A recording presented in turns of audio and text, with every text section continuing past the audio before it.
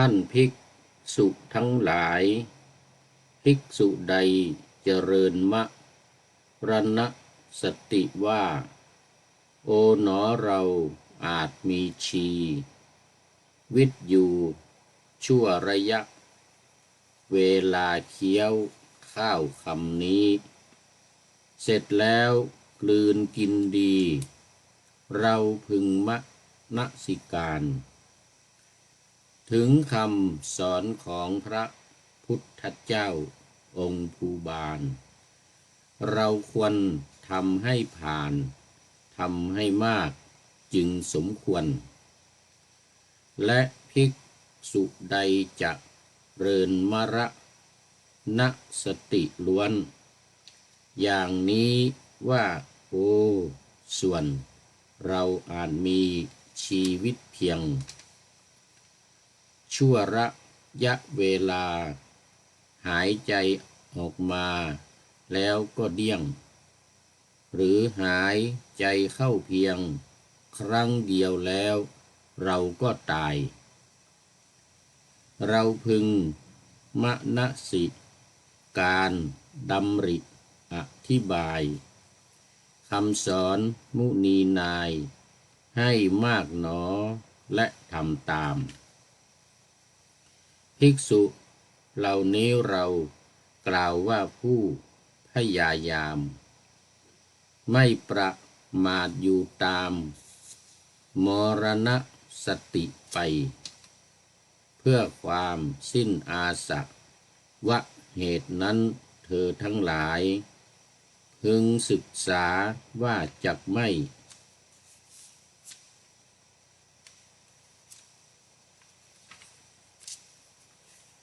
ประมาทใน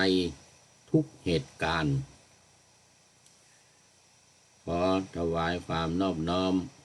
แด่พระรัตนตรัยมีพระพุทธเจ้าเป็นต้นขอถวายความเคารพพระมหาเถระพระเถรานุเถระเจ้าคณะพระสังฆาธิการทั่วโลกมีพระเดชพระคุณพระธรรมเสนาบดีรองเจ้าคณะภาค7วัดพระธาตุดอยสุเทพเป็นต้นและขออำนวยพรแด่ท่านผู้ฟังท่านผู้ชมสาธุชนพุทธบริษัททั้งหลายวันนี้รายการธรรมะหลังธรรมวัดเย็นก็เย็นน่าดูเหมือนกันเพราะว่าอุณหภูมิวันนี้-1ต่ำสุด-1สูงสุด16 องศาแล้วตอนนี้ก็สูงขึ้นมา4 องศาเมื่อตอนดึกตอนดึกก็-1 -2 -1 -2อยู่นะยิ่งในห้องนี้ก็ยิ่งหนาวก็ไม่มีไฮซุงฮีตเตอร์ไม่มีเพราะว่าเป็นห้องเก็บของมาก่อนแต่โยมก็มาทำเป็นที่พักเวลามาปฏิบัติธรรม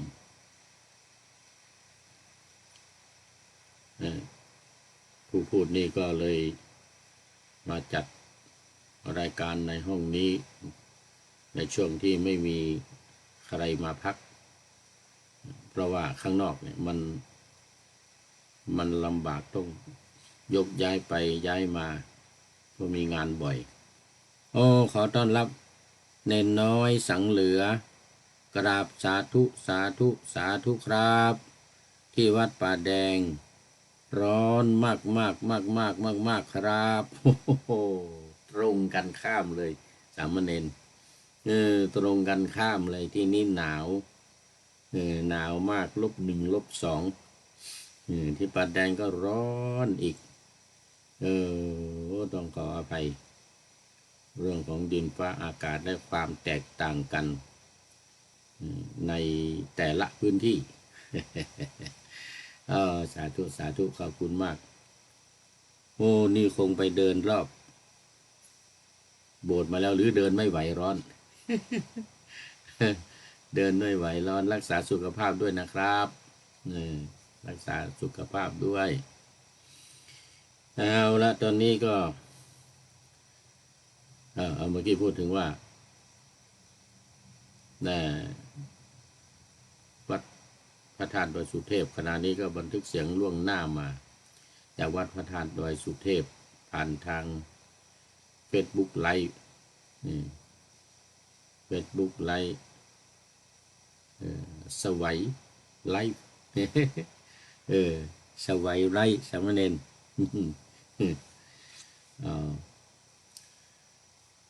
สำหรับเวลาออกรายการธรรมะหลังธรรมวัดเย็นนี่ก็นู่นตอนเย็น6 โมงเย็น40 นาทีถึง18 นาฬิกา40 นาทีถึง19 นาฬิกา10 นาที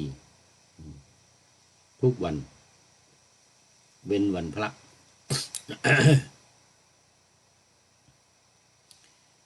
สำหรับวันนี้ก็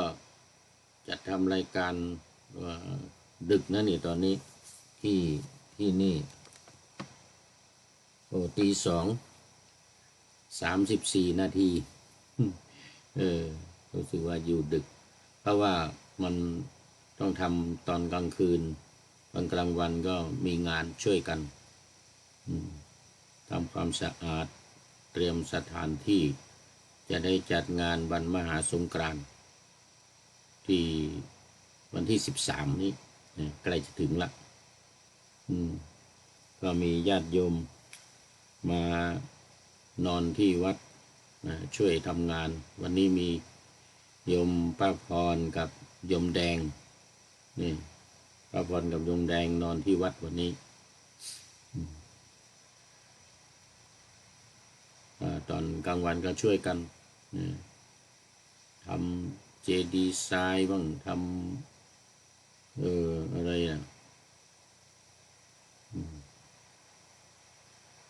รอบพระบรมธาตุวัดดอยสุเทพเยอรมันนี่นะไม่ใช่ดอยสุเทพเชียงใหม่นะ ก็เลยดึกหน่อยตอนเย็นก็มาเริ่มวันนี้เริ่มก็ดึกละวันนี้ก็อีกรายการเดียวหลังจากรายการนี้จบก็จะได้เข้านอนตอนนี้ก็เหลืออีกประมาณ20 นาทีประมาณ18 นาทีก็จะได้พักผ่อนหลับนอนละโอ้วินเนติตัว สาธุวินเนติแก้วเคนบอกกราบนมัสการครับอาจารย์ว่านะโอ้เป็นไงเนาะเชียงใหม่บอกว่าร้อนมากกรุงเทพไม่รู้น่าจะร้อนเหมือนกันเนาะ รักษาสุขภาพเด้อรักษาสุขภาพด้วยมัดระวังที่นี่ยังหนาวอยู่นั่งสั่นอยู่เนี่ย นั่งสั่นอยู่เอาละตอนนี้ก็มาสู่เนื้อหาของรายการวันนี้ในหัวข้อลักษณะของผู้ไม่ประมาทในยะที่สอง ในยะที่สองก็เป็นการระลึกถึงความตายมรณสติมรณสตินี่คือการระลึกถึงความตายที่พระพุทธองค์ตรัสถามพระอานนท์เธอ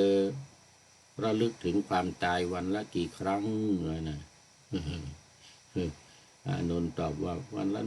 100โอ้อานนท์มันน้อยไป การระลึกถึงความตายเนี่ยต้องระลึกทุกลมหายใจอยู่งั้นนะโอ้โหนึกถึงตลอดเวลาว่าเราจะต้องตายแน่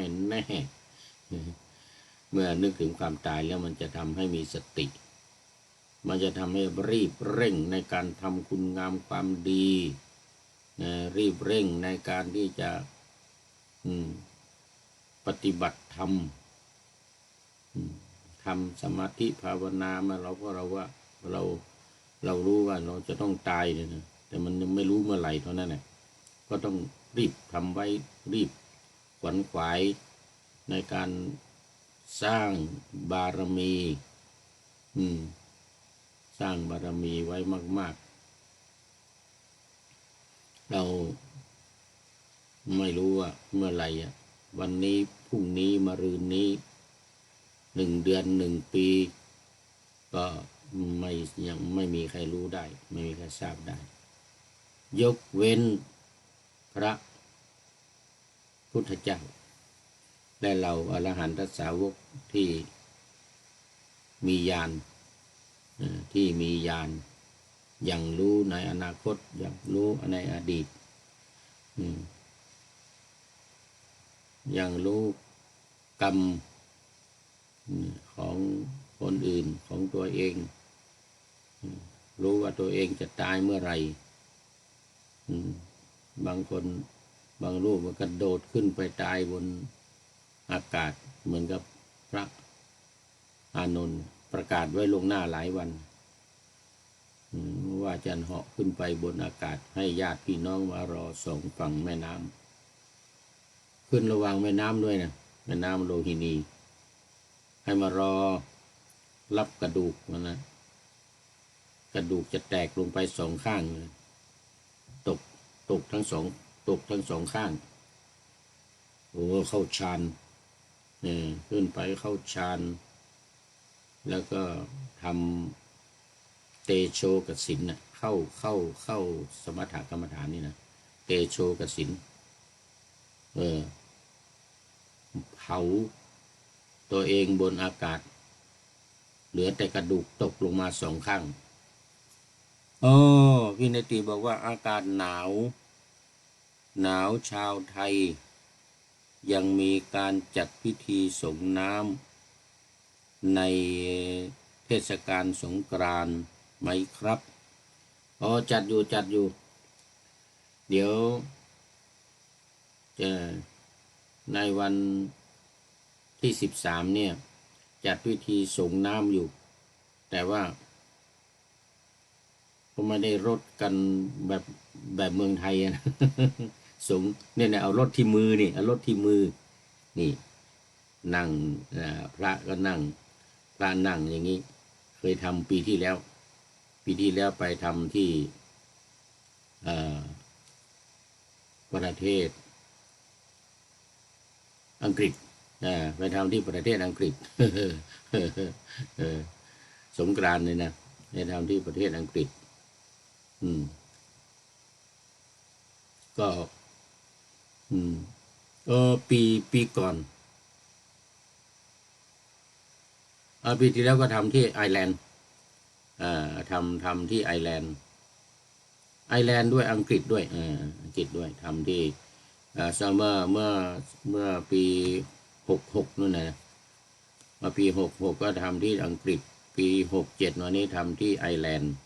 ที่วัดพุทธะก็ส่งน้ำกันแบบว่าไม่ได้เอามาลดตัวเหมือนบ้านเราอะนะไม่ลดจนเปียกหมดนะลดแต่มือ ลดแต่มือพี่เนตินี่นั่งแล้วก็ญาติโยมก็มาลดที่มือนี่แล้วก็ผู้เฒ่าผู้แก่ก็นั่งแล้วก็คนหนุ่มคนสาวเด็กๆก็มาส่งน้ำคารวะดำหัวไม่ได้เอารถกันเป็นถังเหมือนบ้านเราเนี่ยนะ ไม่ไหว หนาวที่นี่ก็เตรียมเหมือนกันที่วัดเนี่ยที่วัดเราเนี่ยวัดพระธาตุดอยสุเทพเยอรมันนี่ก็เตรียมสถานที่ไว้ละนี่ส่งน้ำพระพุทธรูปน้ำพระบรมธาตุเรียบร้อยแล้วก็ส่งน้ำพระพระสงฆ์สามเณรพระสงฆ์เสร็จแล้วก็ผู้เฒ่าผู้แก่นะนิดหน่อย เอาลดตัวนี่ไม่ได้แน่นอน ลดตัวไม่ได้แน่นอนอ๋ออืมแต่ที่เมืองไทยนี่คง คงสบายมากนะคงสบายมากครับรถก็เป็นถังๆนะเปียกกันหมดทั้งตัว นี่ก็พอเป็นพิธี เป็นพิธีคารวะดำหัวอ้าวนามาสู่ธรรมะที่ว่าลักษณะของผู้ไม่ประมาทก็เราถึงว่าพระอานนท์ระลึกถึงความตายวันละ100 ครั้งตอนหลังมาต้องเปลี่ยนตามพระพุทธเจ้าแนะนำคือทุกลมหายใจต้องนึกถึงทุกลมหายใจเพราะว่าความตายมันต้องมีแน่นอนแล้วเมื่อความตายมาถึงเราก็จะได้ไม่ตกใจมีสติไม่ตกใจไม่หลงในสิ่งที่ผิดที่เราทำมาเมื่อจิตบริสุทธิ์ขณะที่ตายเนี่ยก็จะไปสู่ที่ดีคิดถึงสวรรค์ก็ไปสวรรค์ถ้าคิดถึงนรกก็ไปนรกนะเพราะว่าบาปกรรมที่เราทำมาเนี่ยมันมีอยู่แล้วมันมีอยู่แต่ว่าประการสำคัญคือตอนจะดับจิตตอนจะดับจิตเนี่ยต้องนึกถึงในสิ่งที่ดีโบราณจึงมีให้คนที่ป่วยหนักรับศีลแล้วก็ระลึกถึงพระพุทธเจ้าพระพุทธพระธรรมพระสงฆ์ระลึกถึงคุณศีลคุณทานที่เขาได้ทำมาจิตใจจะได้ไม่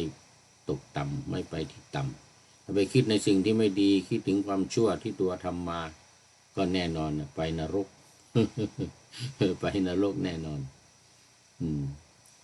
นี่ก็คือวิธีการหรือลักษณะของผู้ไม่ประมาท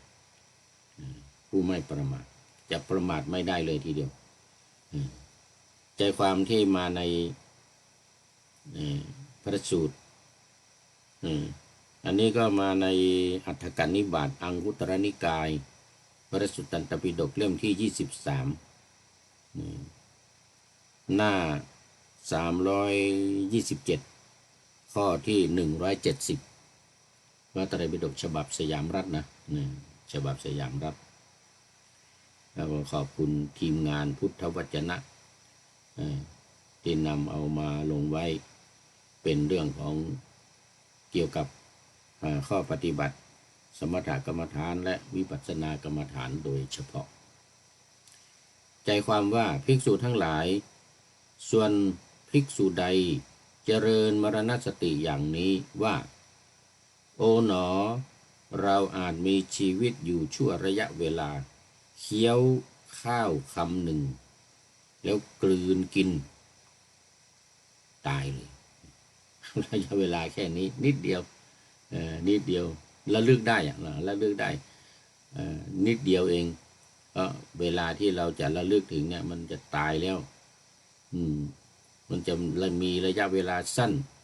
มีระยะเวลาสั้นแค่กลืนเข้าไปคำหนึ่งเนี่ยก็ตายแล้วอย่างนี้ เราพึงมนสิการถึงคำสอนของพระผู้มีพระภาคเจ้าเถิดการกระทำตามคำสอนของพระผู้มีพระภาคเราควรทำให้มากหนอและภิกษุใดเจริญมรณสติอย่างนี้ว่าโอ๋หนอเราอาจมีชีวิตอยู่ชั่วระยะเวลาหายใจออกแล้วหายใจเข้า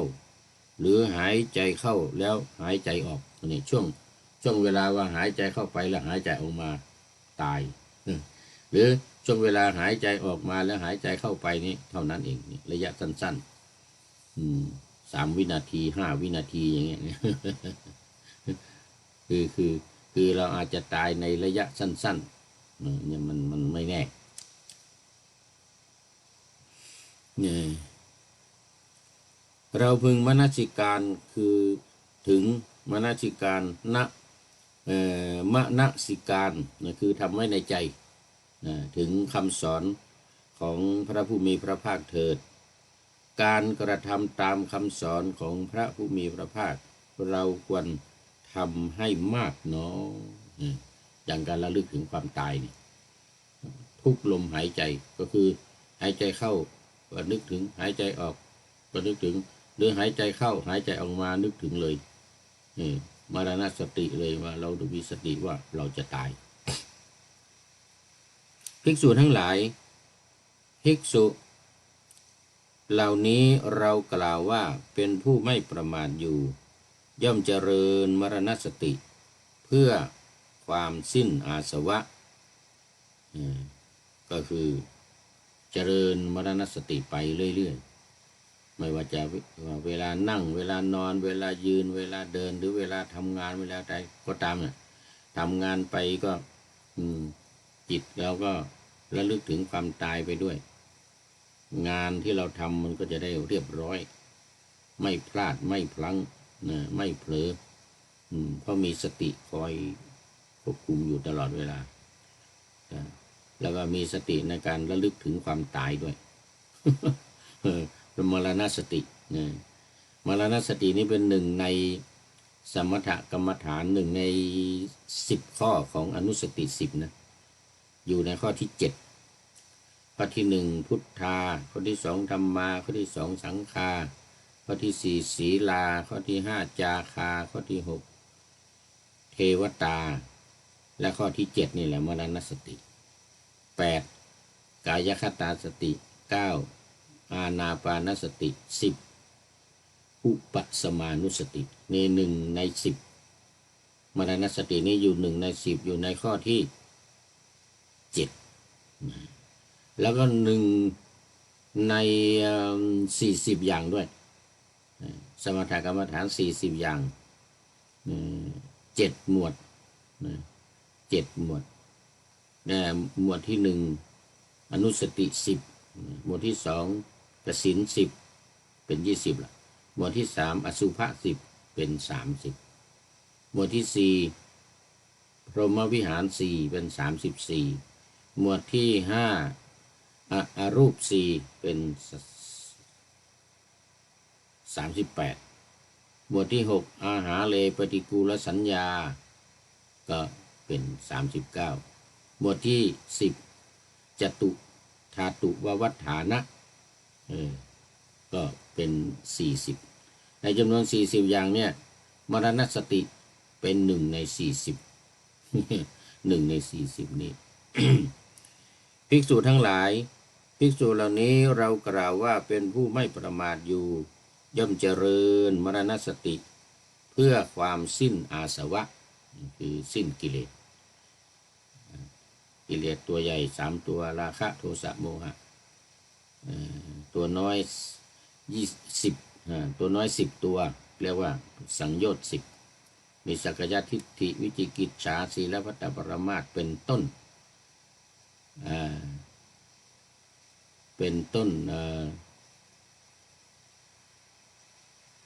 สักยะทิฏฐิวิจิกิจ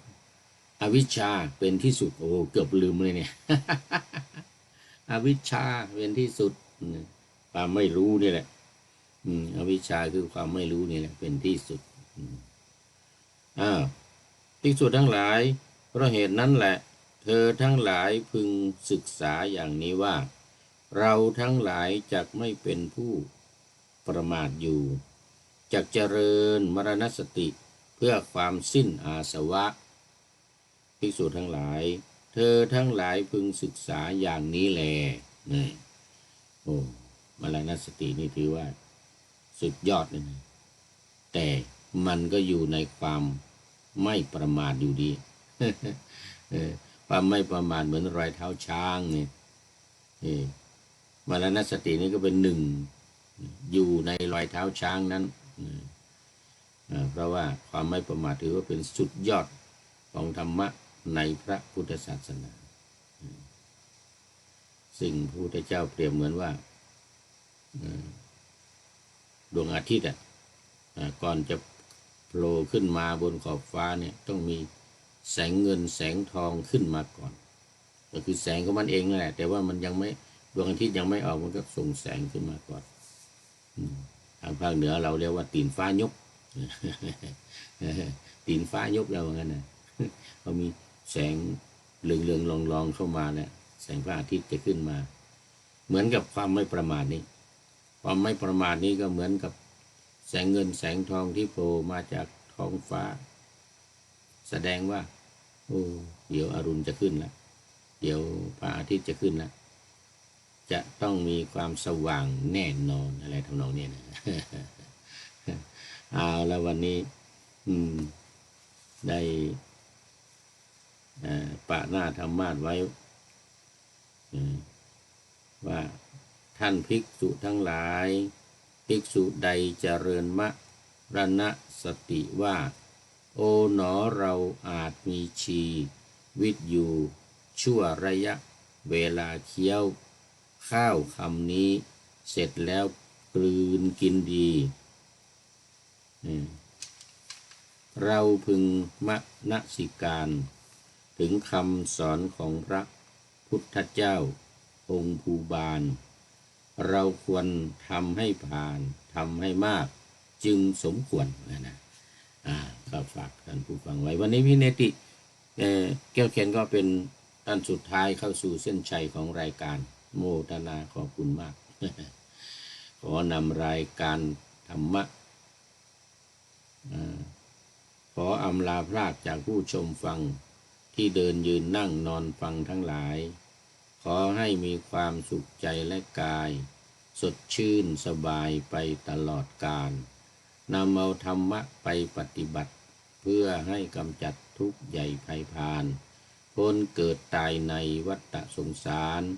บรรลุนิพพานทุกท่านกันเถิดขอเจริญพร